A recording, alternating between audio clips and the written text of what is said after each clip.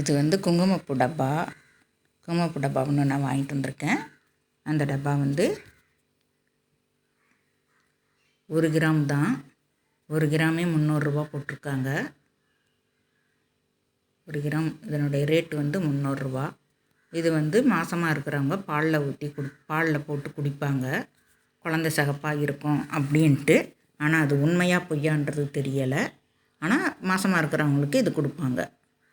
நம்ம வந்து ஸ்வீட்லெல்லாம் நம்ம போட்டுக்கலாம். ரசமலாயில் போட்டுக்கலாம், ரசகுல்லாவில் போட்டுக்கலாம், லட்டு செஞ்சால் லட்டில் போட்டுக்கலாம், பூந்திலையும் போட்டுக்கலாம்.